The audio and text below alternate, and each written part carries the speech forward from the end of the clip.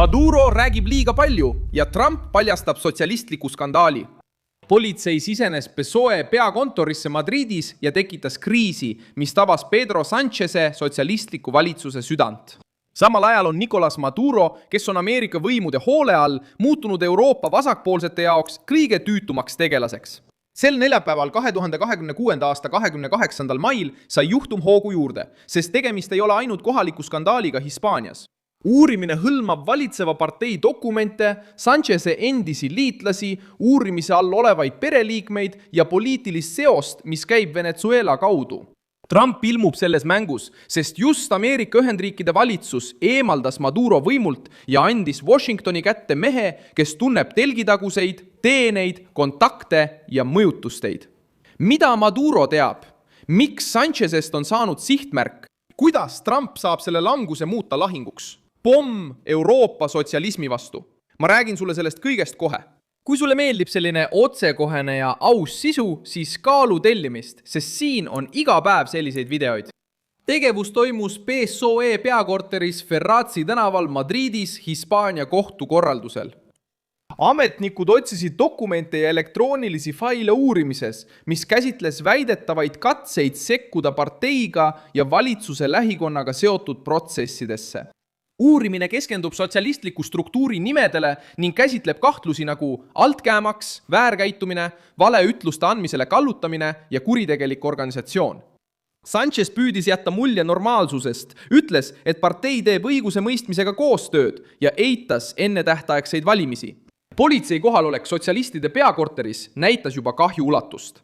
Pedro Sancheze nimi muutus haavatavamaks, sest kriis ei ilmenud üksikuna. Tema abikaasa Begonia Gomez on uurimise all korruptsioonikahtluste, mõjuvõimuga kauplemise ja avalike vahendite väärkasutamise tõttu. Tema vend David Sanchez astub samuti kohtu ette kahtlustatuna avaliku ametikohaga seotud rikkumistes Extremaduras. Valitsuse endised liitlased, nagu José Luis Ábalos ja Santos Cerdá, on seotud juhtumitega, mis puudutavad lepinguid, vahendustasusid ja avalikku raha. Hispaania opositsioon nõuab peaministri tagasiastumist, sest surve on liikunud äärealadel poliitilisse tuumikusse, mis toetab valitsust. Kõige tundlikum osa tuleb José Luis Rodríguez Zapatero, endiselt Hispaania sotsialistist peaministrilt.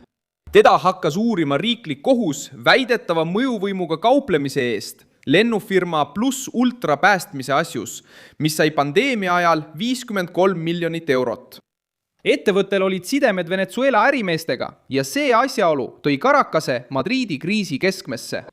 Zapatero eitab rikkumisi ja väidab, et tegutses seaduse piires. Kuid poliitiline küsimus jäi õhku.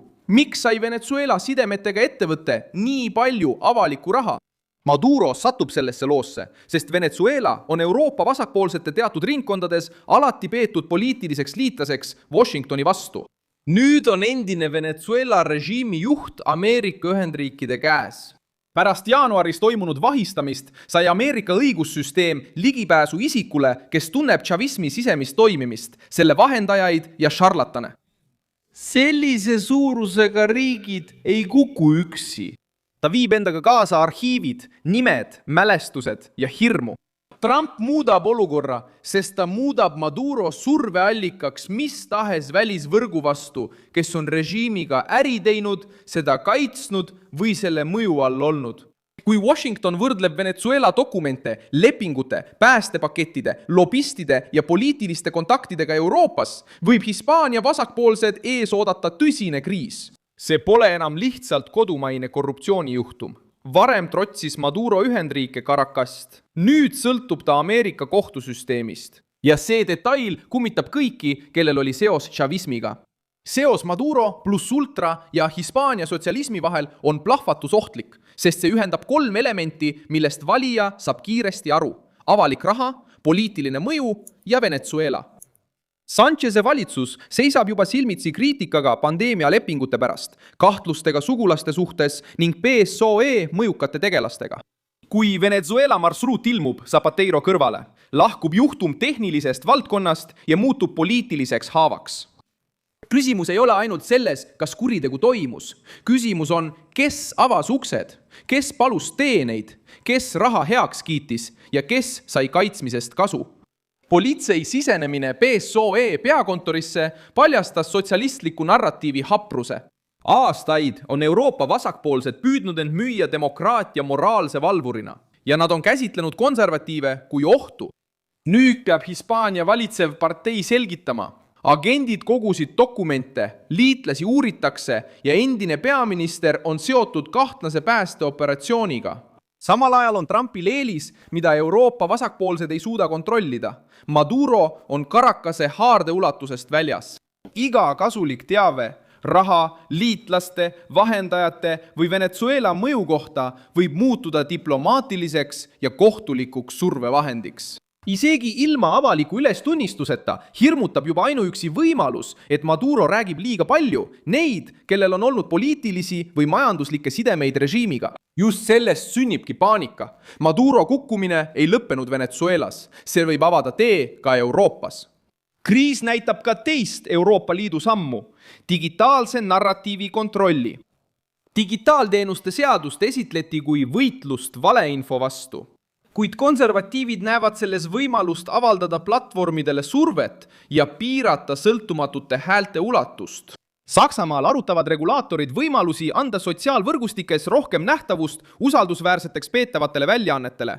Ebamugav küsimus on, kes valib need väljaanded? Kui valitsused ja regulaatorid otsustavad, kes väärib nähtavust, muutub avalik arutelu juhitavaks. Belgias tugevdas Dries van Langenhovi juhtum seda hoiatust Euroopa parempoolsete seas. Ta mõisteti vihakõne eest süüdi pärast avaldust massilise rände ja sotsiaalsete probleemide kohta.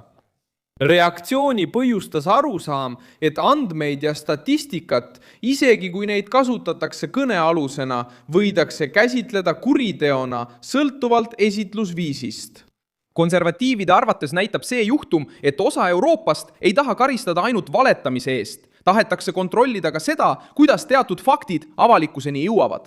Kui Washington avaldab Maduro tabamisega seotud uusi andmeid, jääb Madrid veelgi isoleeritumaks ja Euroopa sotsialism seisab silmitsi küsimusega, mida ta on aastaid püüdnud vältida.